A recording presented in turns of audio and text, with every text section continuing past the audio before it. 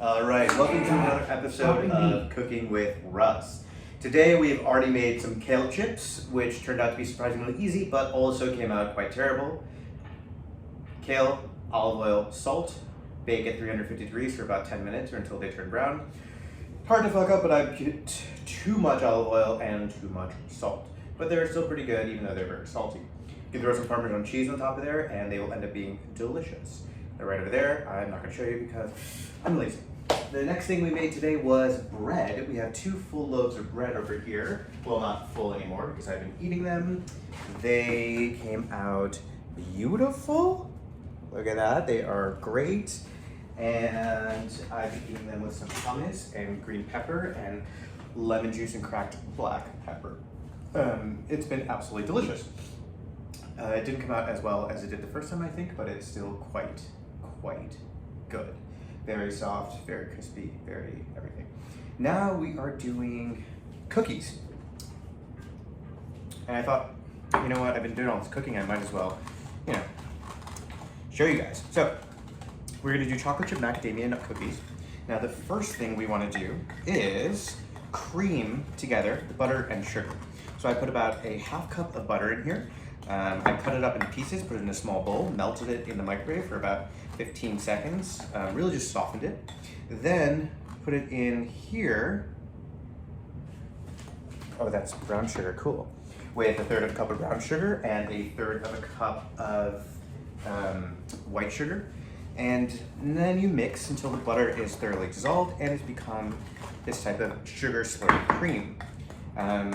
I usually use a glass mixing bowl and a rounded wooden spoon or a bowl stir will work as well. Bowl stirs are amazing.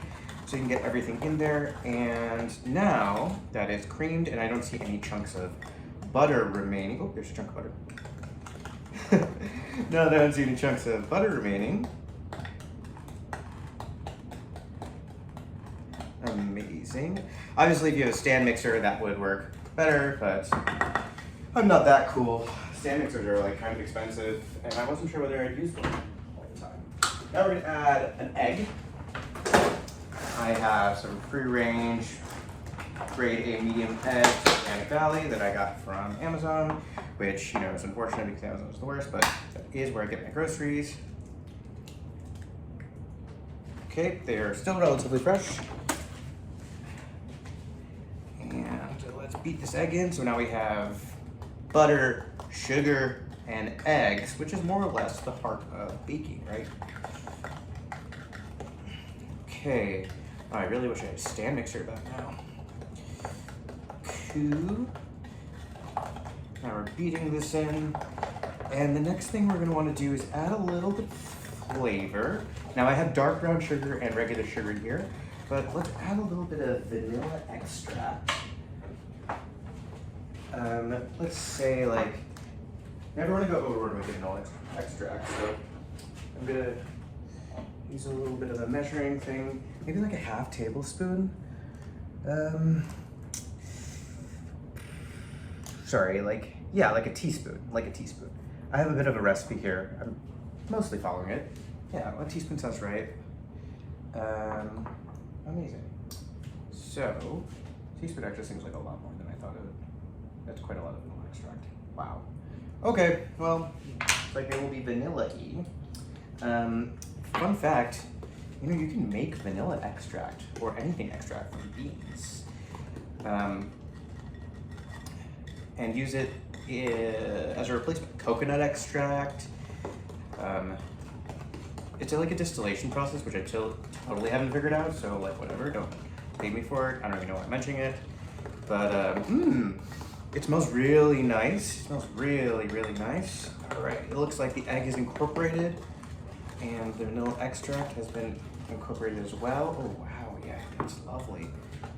Okay, so now we have our gooey stuff. Boop, boop. I wish you could smell it, that's half the fun, right? Okay, now we're gonna wanna sift in flour, baking soda, and salt. Let's go get another bowl for this and mix our dry ingredients together. Again, there's so many things you can never have enough of.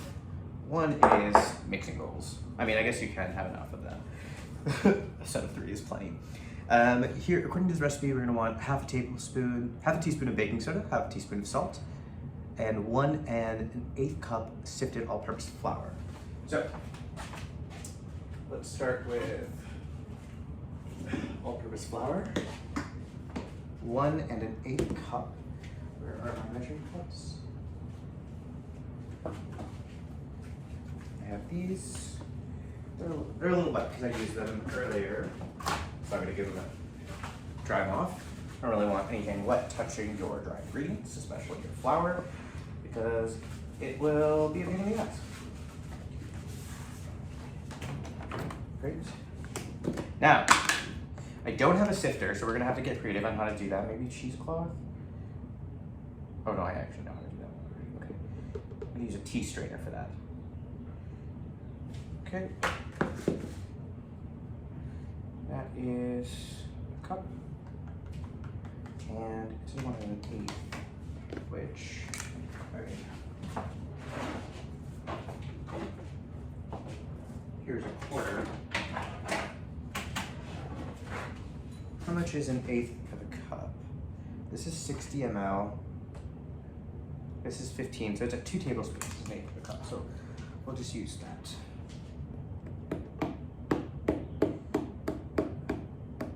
Okay, it's about 1 and about 2. Cool. Again, I know baking is supposed to be precise, but it's not that precise, all right? Your significant figures are pretty small, to be honest. All right, now we're gonna add some salt. Half a teaspoon, little half teaspoon thing here. Now I like my cookies salty, but let's add the salt at the end on top to get that little extra salt kick. Okay. Okay, and half a teaspoon of baking soda.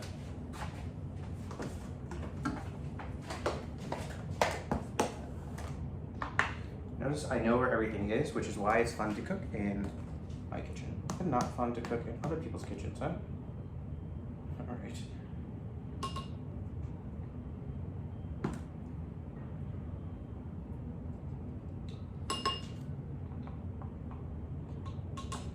Okay, baking soda will help it rise.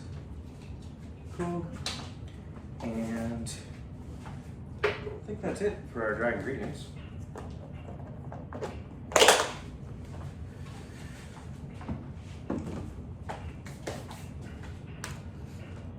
So, baking soda, flour, salt,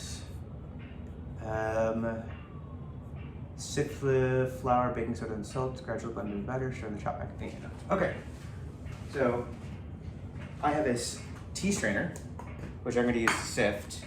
But first, let's go ahead and mix our dry ingredients. I would use another spoon, but you know, whatever.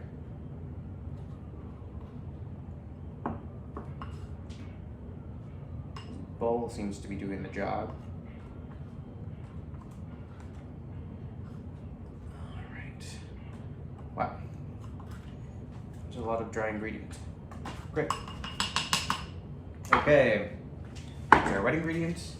Here's our tea strainer, which is dry now. I'm gonna fill it up with this, and let's sift it in. This is gonna take way too long, I think.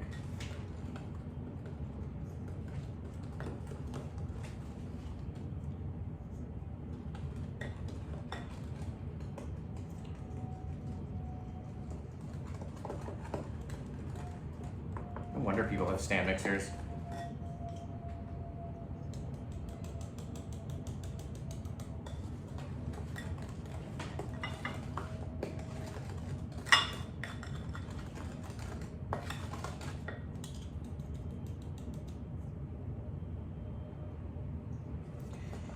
Yeah, though, I feel like the fact that it's like sifting does make a big difference.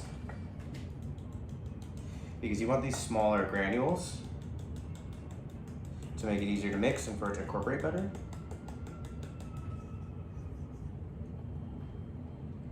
So I can do big chunks, but I want to make sure I do sift it. So that's what I'm going to do.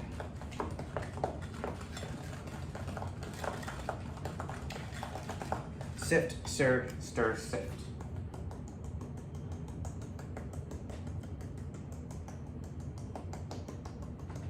But also, good on me using a tea strainer, huh? Without a sifter. And a pinch. Okay, our dough's starting to get a little thicker. Love that for us.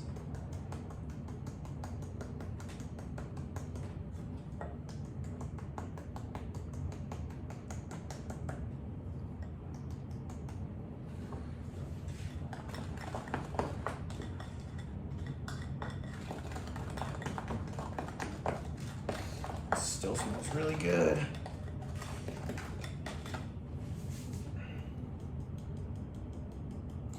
Might be one of the most boring videos I've made, and let's be honest, I've made a lot of boring videos.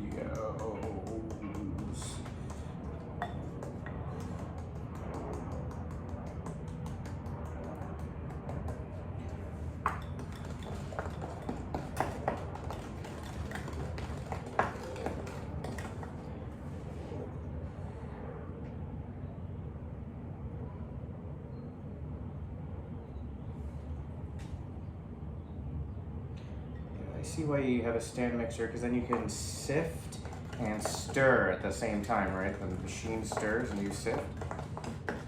For me, the bowl's not even staying still with that 2 hands. Also, my arm's getting tired. Wow, this is such a boring video. Whatever, we'll fix it in post, right? Just kidding, no one will ever see these anyway, so it's really just for me.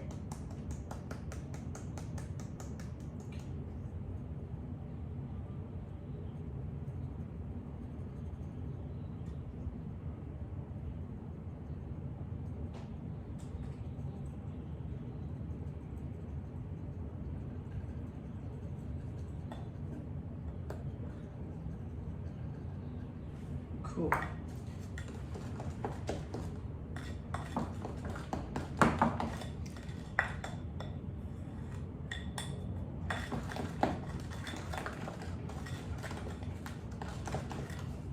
Whew. 1 tea strainer worth of stuff sifted.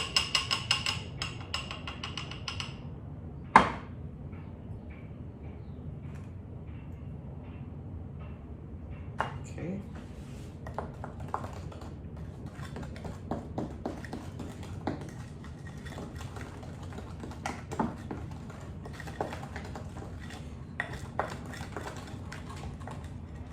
This takes so much patience.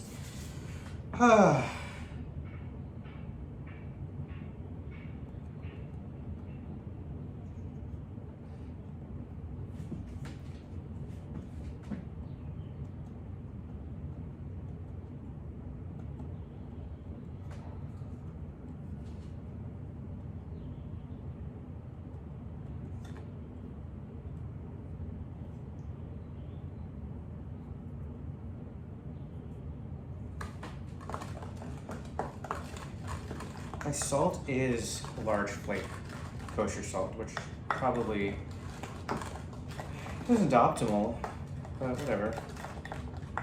Probably won't even make it through the fucking sifter.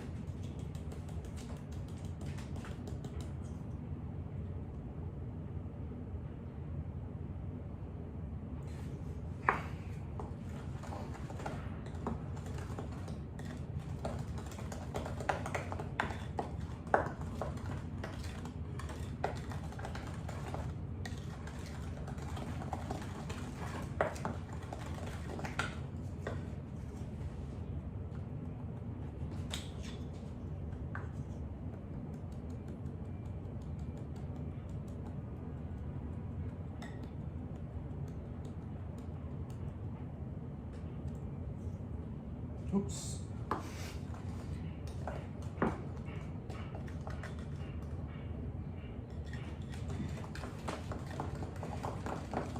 Whatever deleterious effect that sifting will have on the cookies, or not sifting will have on the cookies, I will accept, because the most important thing is that I have fun doing this so that I'm willing to do it again. Not that they end up being perfect the first time. So we are going to make the trade-off between quality and enjoyment and choose enjoyment, which is something that I learned from physics lab. I was studying abroad in London, and I don't know if you remember this, but I got mono like 3 days before I left.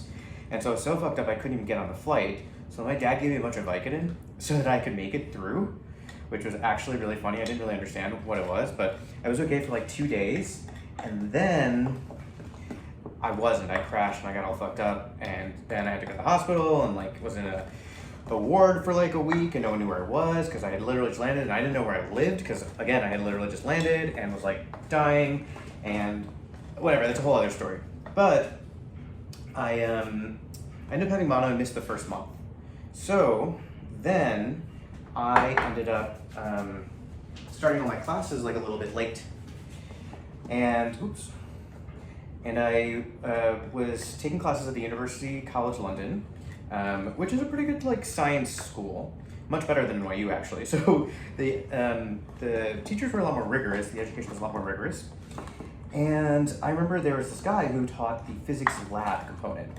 And the physics lab, since it was like a physical lab, which had a bunch of equipment, was farther away. It's like a little bit harder to find a close one, right? So it was farther away across the river, and I didn't really know where I was because, you know, I was very new to London, even though I had been there for a month. And so I ended up showing up late, and I told the professor, I was like, oh no, you know, I had mono, whatever, I like don't know the place yet, this is my first time here. And he was really upset. He was like, if you show up late, you know, 2 times, we dock like a letter, like he was very, very strict about it. And I was like, all right, this guy's kind of an asshole. And he was kind of like totally mean to me about this thing. And I was like, I almost died. Like, why are you being so rude about this? I kind of didn't understand it. But anyways, we started, you know, doing our labs and stuff like that. And I remember, you know, turning in a lab report that I like rushed the night before about an experiment, which involved us balancing basically using like a laser and a balance beam, a very sensitive balance thing to determine like the weight of some type of molecular structure, or some shit like that. And so I was there, and so what you do is you put the thing down and you'd wait, and it would like waver ever so slightly because, you know, it's a very fine-tuned calibrated instrument, and it's like basically frictionless, so you'd have to kind of just sit there and wait for it to stop moving so you could get the exact measurement, right? Because it kind of fluctuate between a range of measurements while it was wobbling. And you would have to wait for it to stop wobbling. And so I was like, you know, I waited, but like at some point, you know, you gotta get the assignment done. You can't wait forever. So I, you know, I just kind of like did my best. And in my lab report, I was like, well, you know, there's this trade-off between time and accuracy here. And I didn't know, and you know, the experimenter would have to spend more time and wait to get a more accurate figure. And so, you know, I chose to get a slightly broader range so that I could finish this experiment kind of thing. But I said it in like a scientific way, right? Like this is a general trade-off that happens in science. And so, and this was what happened here, which is why like it's a possible source of experimental error. Oh yeah, that's right. It was in the experimental error section. Like, how can your results be wrong? I was like, well, you know, they're not perfect because we have to wait, and there's this trade-off. And so we know they're a little bit wrong, but it shouldn't affect it too much because we should be able to take the average roughly. And so, you know, I turned this report, I didn't think anything about it. The next time, this guy asked me to stay after class, and I was like, oh my God, this fucking guy has it out for me. He's just like fucking around with me. And he goes to me and he like kind of like pauses. There's a very pregnant pause, and I'm worried. And he steps up and he's just like, it's just us in the whole lab, empty. So, you're kind of tragedy, aren't you? Is what he says to me. And I'm like, what the fuck is that supposed to mean? I'm kind of a tragedy. And he like gives me back the lab report, and it has all these sections underlined, you know, like exclamation points and like, you know, yes, and all that stuff. And I was like, he's like, you're somewhat of a genius, but you can't seem to get to my fucking class on time. And that's a tragedy, that's a waste. And I was like, what? Is this a compliment or an insult? I don't know, I'm kind of into it, but like, I was like, wow, a teacher's never called me a genius before. That's really cool. And so I just remember that, like, you know, this moment, because it was, you know, like a very, very nice thing for this teacher to say, and it was, you know, I think he was really just trying to be like, okay, I have, you know, I expect more of you, I want you to be on class on time. He was trying to just be like you've done good work, but you need to figure this shit out. And so like it's tragic that you can't get to this place on time because it's clear from your work that you have potential, etc. Right? And so I remembered it because it was a really nice compliment. But because of the compliment, I remember the experiment and the part where we underlined where he said, doing it wrong is sometimes doing it right. Making the trade-off between time and quality is a reasonable thing that you can do. It's a choice you make. And so that's what we did here, and now we are done. We've sifted all of our flour. Notice that. We have our mixture. Great. And while we've spilled quite a bit of it, we're still pretty happy with the results here. Amazing. I'm gonna stir it a little more, and then we're gonna add the fucking party. That is chocolate chips and macadamia nuts. So, I keep my chocolate in the back of my pantry so that I don't see it as often. And if you don't see something as often, you won't consume it as often. So, I put the unhealthy stuff in a slightly more difficult place to find, and the healthy stuff in a slightly easier place to find. So, here's this. Here is, oh man, I gave my chocolate, my good chocolate, away to somebody, which was fine, but the only thing was that, like, I intended to do it, but I forgot that the chocolate I had wasn't that good. It's 27% cacao milk chocolate. That's basically just sugar. And the other stuff is 60% cacao, which is pretty good. So, this is not my favorite baking chip, but we got that, and I got the salted macadamia nuts. All right. So, these salted macadamia nuts will add a little bit of the extra salt that we wanted, and hopefully the super sugary chocolate won't be too sugary. Oh, you know what else I have? I have actually a chocolate bar that's like 90% cacao. Why don't I break that up and use that instead? Okay, I have 65% cacao, American smoked chili, 45% milk chocolate, gingerbread spice, and 90% cacao, dark chocolate. Okay, so I'm gonna use this. I want to use this because I've had it for so long. Is it weird to put 3 different types of chocolate? Yes. Should I use the smoked chili chocolate? I don't really like it that much. It's fine. It's fine. I got it as a gift, so, you know.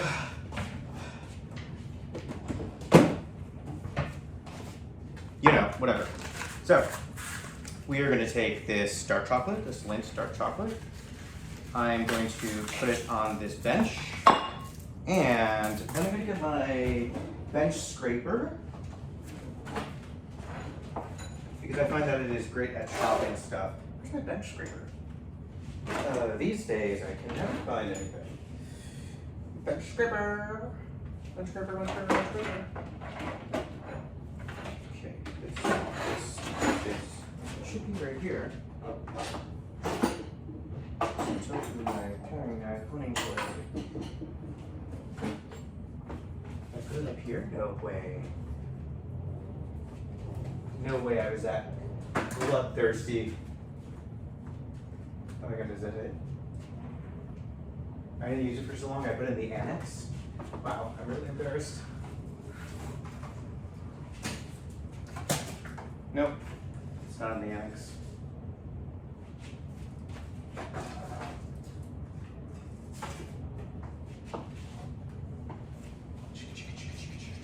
Oh my god, it's literally right here. It's on the drying rack. That's so silly. Okay, cool. So, we got ourselves a nice big piece of chocolate here, and let's go ahead and make some chocolate chips, huh? Mmm, smells amazing.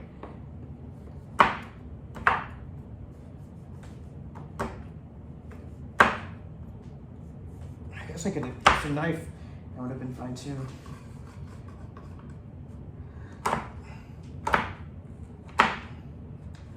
And voila, chocolate chips.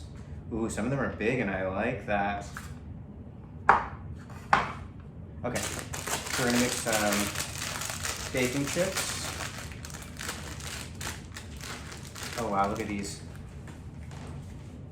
Very light brown. Very classic. Along with the dark chocolate. As you can see, these are very dark and yummy looking. Amazing. Let's stir it around.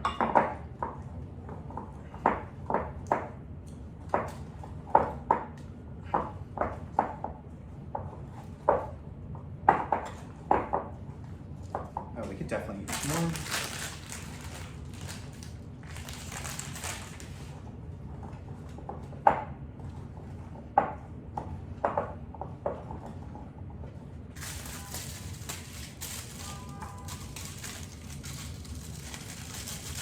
I'm gonna leave a little piece of this chocolate for me because I really do like it.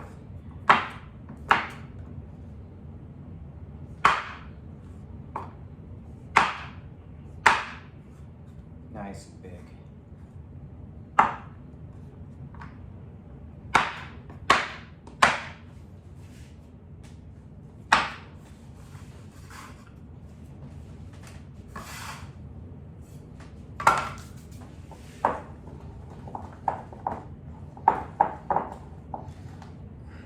Amazing. Amazing. This looks really good, actually. It's gonna be pretty great, I think. Next, macadamia nuts. Now this I do want to chop and I don't know exactly how to chop it. Food processor?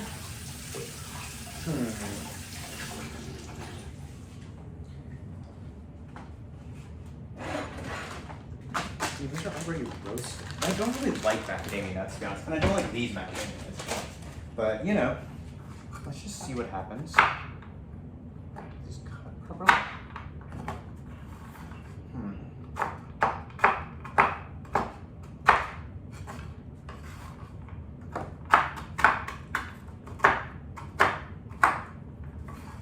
Maybe this is a job for a knife.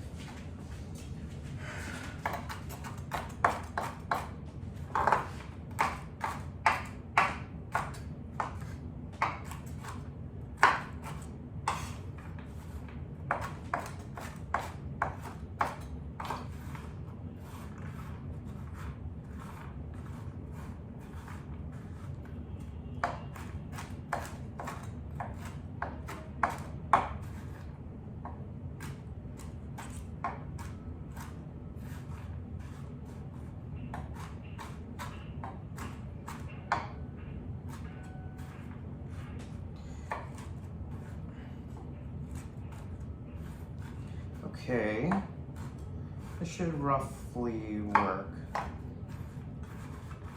Still some that are quite large.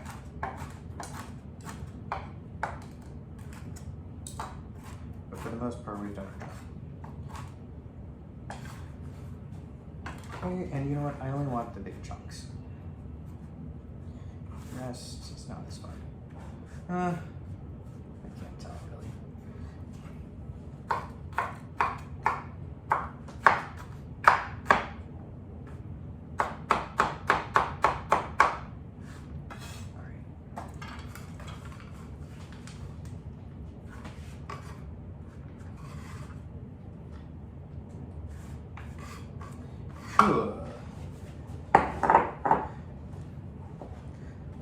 Let's see how this fares.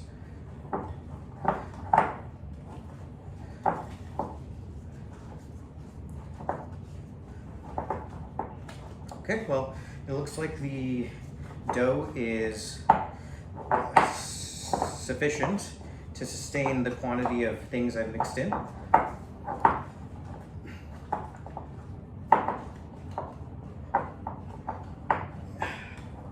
Yeah, it looks pretty good. All All right.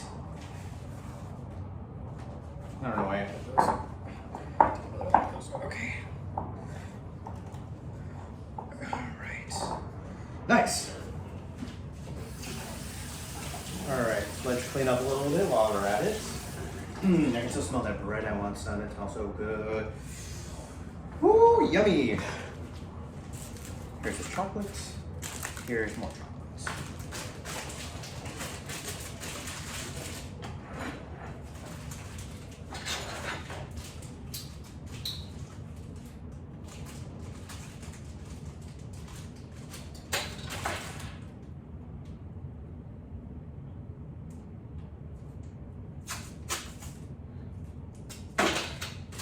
Sometimes we'll just throw a little tape on something if it doesn't seem like the bag clips are sticking.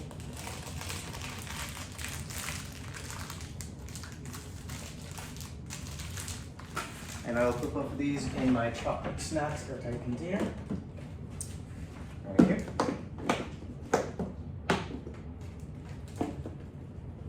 Then I got the chocolate snacks, the chocolate. But yeah.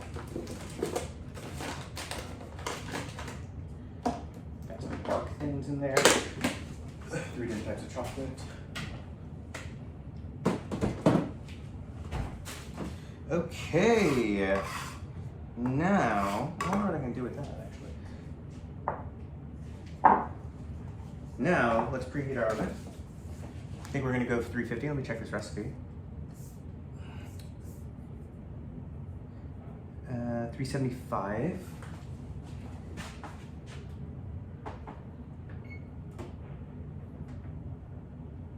Okay, cool.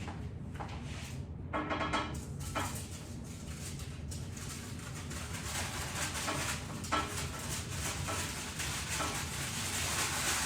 going to use the same tray that I used for the bread.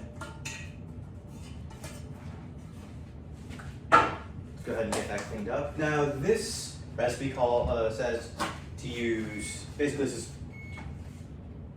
yeah, I know it's on. Start, go, preheat, okay, great. To use 2 trays worth of cookies, I am going to fill 1 tray up, and then I'm gonna freeze the rest of the dough so I can use it the next time. Because, you know, it's not like I eat a lot of fucking cookies. I'm really just planning on giving most of these away. And not like it's super healthy, so it's not something I wanna, you know, have easily available.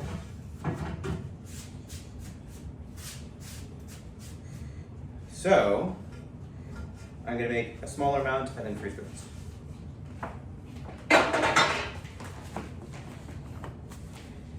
All right, so we've got our stuff nice and mixed. Oh, it's starting to thicken up, huh? All right. There we go. Great. And now we're gonna scoop some onto this tray. Let's go ahead and clear working surface.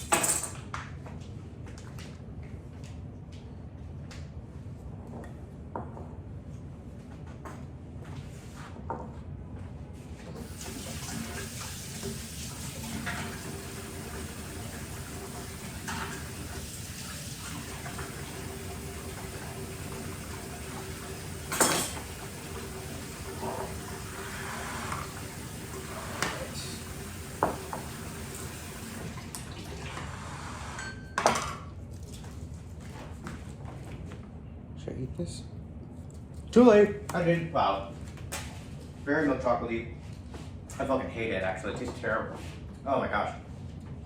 Wow, I shouldn't have been with my freaking cookies, huh? My chocolate chips, I mean.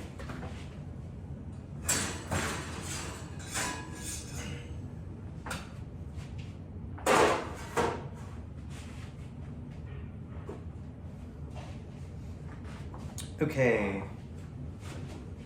Let's get our baking pan.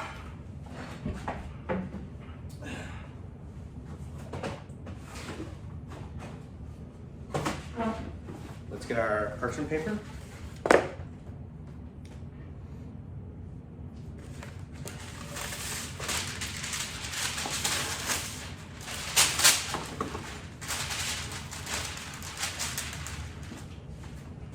let's cut it down to size.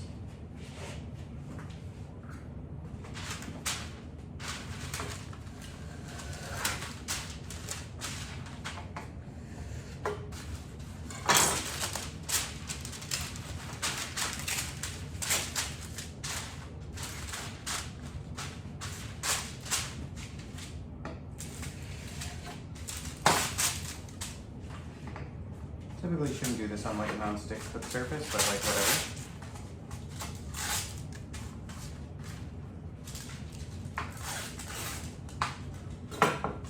Do as I say, not as I do.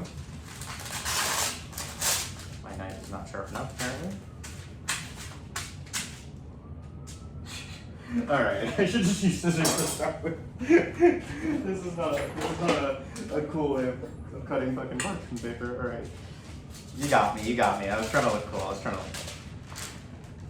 was too worried about scratching my non-stick surface that I ended up not looking cool. Alright. I never know which side goes up, but whatever. Put this side up. Lightly grease with, I'm using a little bit of canola oil. Don't use olive oil because the smoke point is too low. We're cooking these at like 375. And sometimes they cook even hotter depending on the recipe. So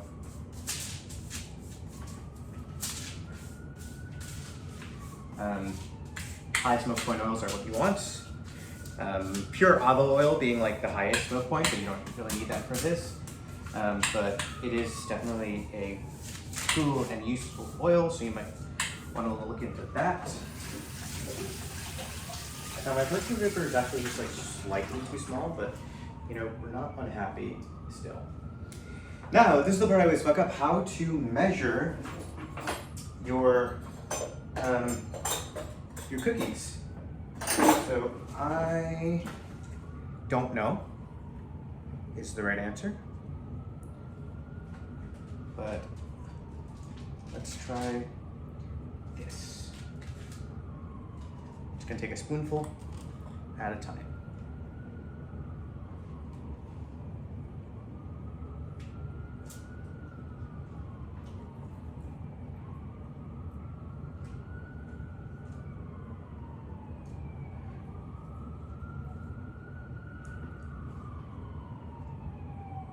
Okay, I can smell my oven heating up.